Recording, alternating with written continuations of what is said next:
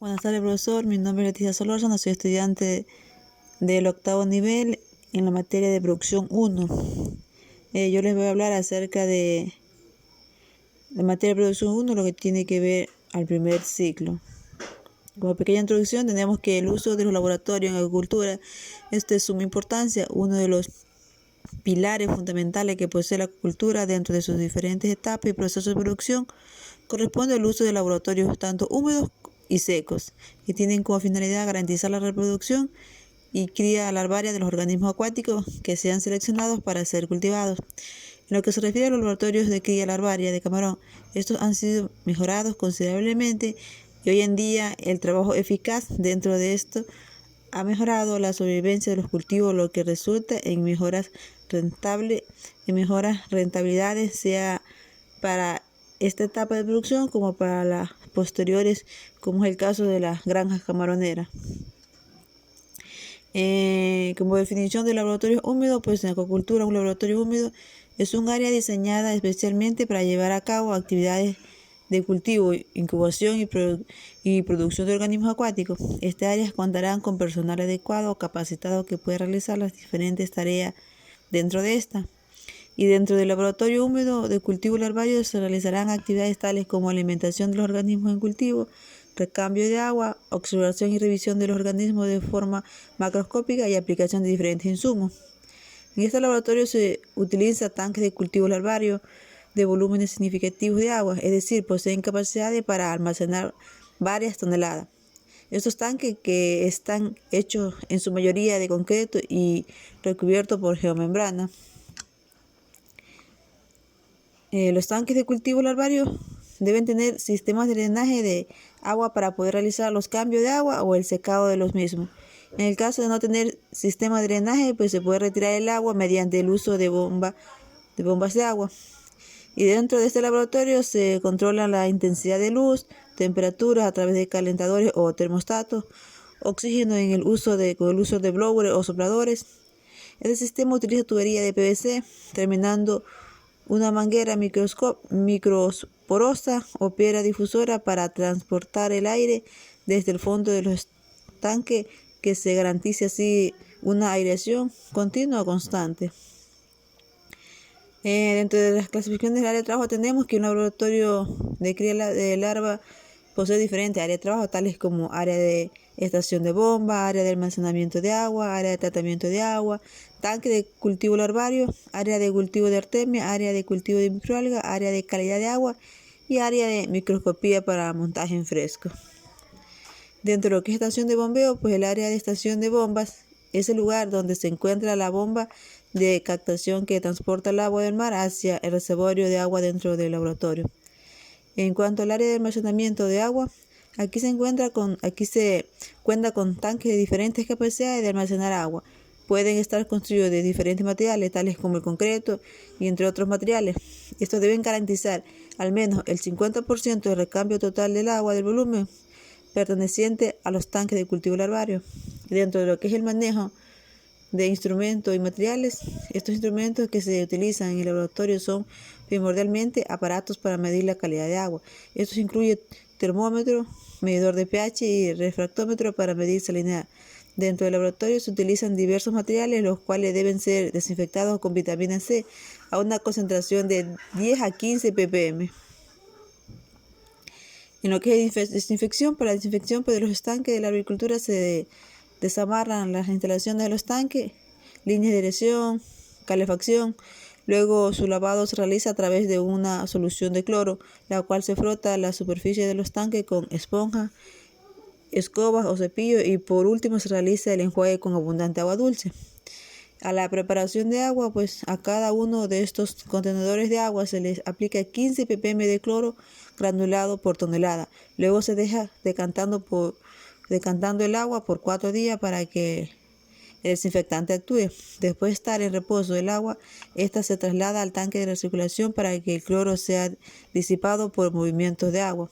En las salidas de agua salada se utilizan bolsos de celulosa de 5 micras para retener sólidos suspendidos, microorganismos o cualquier impureza que afecte a la calidad del agua. Todo este proceso de recirculación se da por 4 días. siempre cambiando los bolsos de celulosa por otro limpio. Una vez que los bolsos muestran que ya el agua no tiene residuos sólidos, que se le procede a agregarle una solución de vitamina C a 5 ppm por tonelada.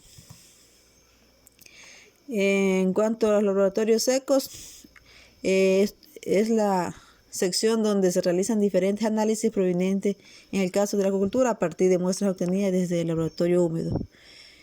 Es de suma importancia, ya que la información obtenida en este servirá para mejorar o realizar los ajustes necesarios con respecto a la producción dentro del laboratorio húmedo y lograr un cultivo eficiente y exitoso.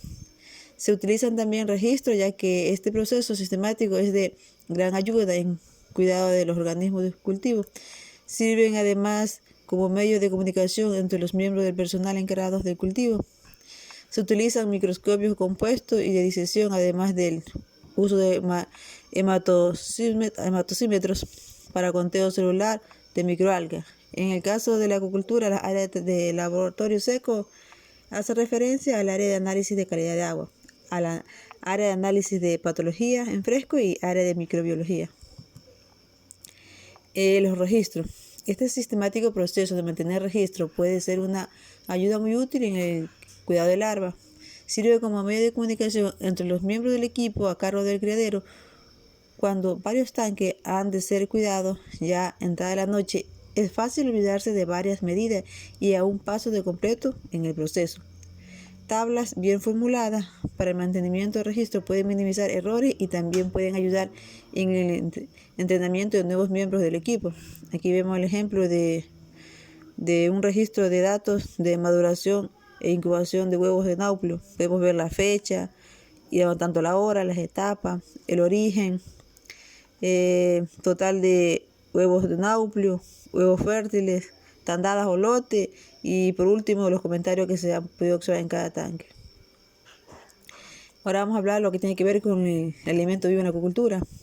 Los cultivos de organismos acuáticos correspondientes a sus primeros días de vida han ido mejorando y obteniendo mejores resultados, los cuales han tenido como consecuencia de una mayor inversión en investigación, utilizando en la utilización de mejores insumos, trabajos técnicos realizados por personal altamente capacitado y por el suministro de dietas adecuadas.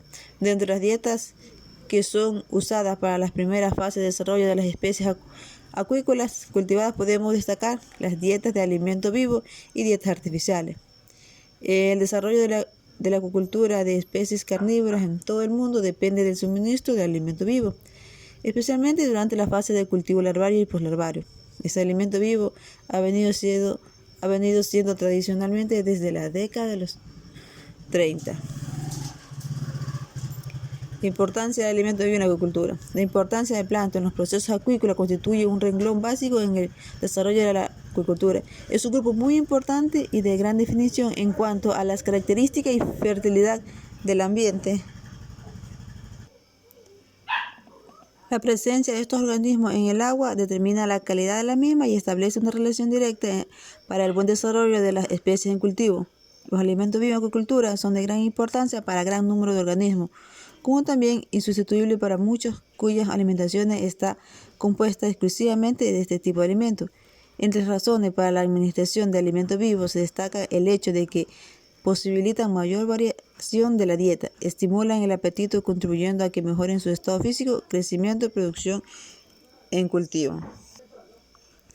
Algunos animales, como ciertos peces, por ejemplo, no se reproducen si no son ofrecidos estos alimentos, por lo menos durante algunos días antes de época de desove. Muchos peces y otros animales no presentan toda la vivacidad de sus colores si no se alimentan con seres vivos. Otros organismos, principalmente las crías, por ejemplo, de camarones, no se desarrollan bien si no ingieren microalgas o náuplios de Artemia. La importancia de los alimentos vivos como partículas alimenticias con fines acuícolas radica en el aporte de ácidos grasos y aminoácidos esenciales que pueden brindar para el desarrollo larvario de peces, crustáceos y el desarrollo larval y crecimiento y maduración en moluscos. La producción de zooplancton es una práctica restringida a pocos organismos. Su cultivo se basa en la alimentación con diferentes especies de microalgas y levaduras. En las últimas décadas, para atender los requerimientos nutricionales de los organismos acuáticos, ha sido el enriquecimiento un importante método para transferir toda clase de elementos esenciales a través de los organismos zooplanctónicos. Entre los diferentes enriquecimientos realizados se registran con vitamina C y vitamina E, probióticos, antibióticos, fosfolípidos y ácidos grasos. En cuanto a las microalgas, en el caso de las microalgas, la amplia bibliografía disponible permite considerar porcentajes sobre biomasa seca para proteína total entre 30 y 45%, en carbohidratos entre 10 y 25%, lípidos entre 10 y 20% y cenizas entre 5 y 20%. El perfil de aminoácidos es también muy favorable desde el punto de vista de su valor nutricional respecto al de otras fuentes de alimentos y no suele representar un factor limitante de cara a su uso como alimento en agricultura. Las microalgas son los organismos vivos que en mayor medida contribuyen en el ecosistema a la síntesis de ácidos grasos altamente insaturados y de cadena larga, comúnmente abreviado en inglés como UFA. Las microalgas representan una muy buena fuente de vitamina dado a su elevado contenido. En cuanto al zooplancton, a lo que tiene que ver con artemia. La artemia como alimento vivo natural, especialmente vivo para larvas, juveniles, adultos y reproductores de camarones y peces, es insustituible por su enorme reserva energética debido al perfil de ácidos grasos poliinsaturados, sobre todo las cepas originarias de sitios con alto valor nutricional. Este perfil es alto y aumenta cuando la cría de artemia es enriquecida con alimentos de origen vegetal adecuado, rico en proteínas, aminoácidos, vitaminas, sales minerales, etc.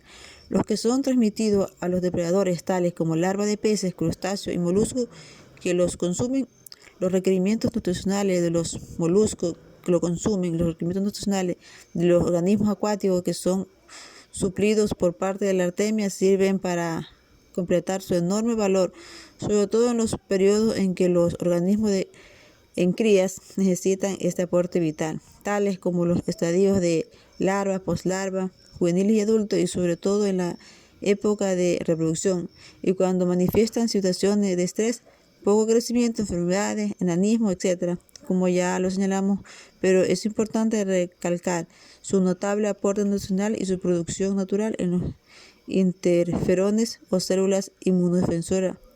Las crías de artemia y su consumo vivas en los procesos de cría de camarones, peces, etc., ayudan a esto a soportar mejor el ataque de patógenos tales como virus, bacterias, parásitos y hongos.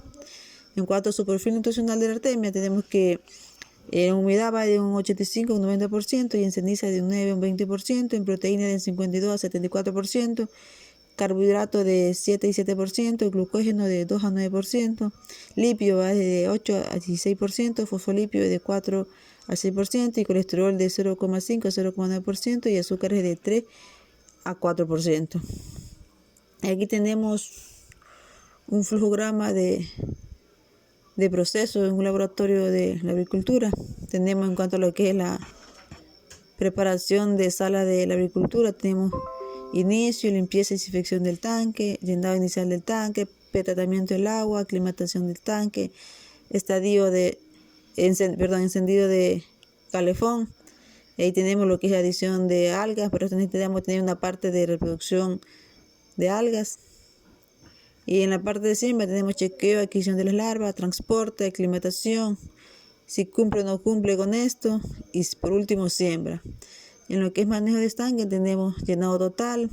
En alimentación pues debemos tener un área de descapsulación de artemia y para alimentarla y debemos tener alimentos ya sea a base de artemia, espirulina, levaduras, algas, recambio de agua, los parámetros que son importantes tomarlos a diario.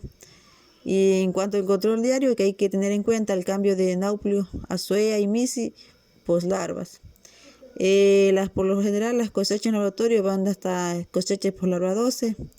Ahí se hace un muestreo de prevalencia, cuantificación por tanque y por último en cosecha tenemos lo que es precio de cosecha, decisión de venta, personal de despacho y por último al final despacho de las larvas.